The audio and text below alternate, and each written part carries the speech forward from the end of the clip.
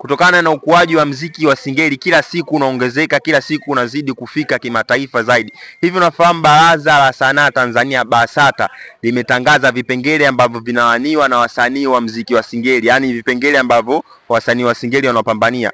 Moja ya kipengele ambacho kimewekwa na Baraza la Sanaa Tanzania BASATA ni DJ bora au mtayarishaji bora wa mziki wa Singeli.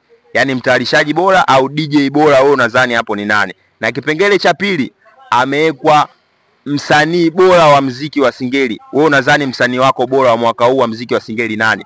Na kipengele cha tatu wameweka wimbo bora wa mziki wa Singeli ambao ni mkali sana, ambao umefanyika sana mwaka huu. Sasa shabiki, nataka uniambie hapo katika session ya comment vipengele hivyo vitatu nilivyovitaja: DJ au mtayarishaji wa mziki wa Singeli, wimbo bora wa mziki wa Singeli, msanii bora wa mziki wa Singeli. Kwako wewe unadhani ni nani ambaye anafaa achukue tuzo hiyo? Mtaje hapo chini na uorodheshe kipengele ambacho wewe unaamini hicho anafaa. Na usisahau pia kunifollow katika mitandao yangu ya kijamii kama TikTok, YouTube na Instagram. Call me 60 Trader Finest Presenter if I must die. Adwa.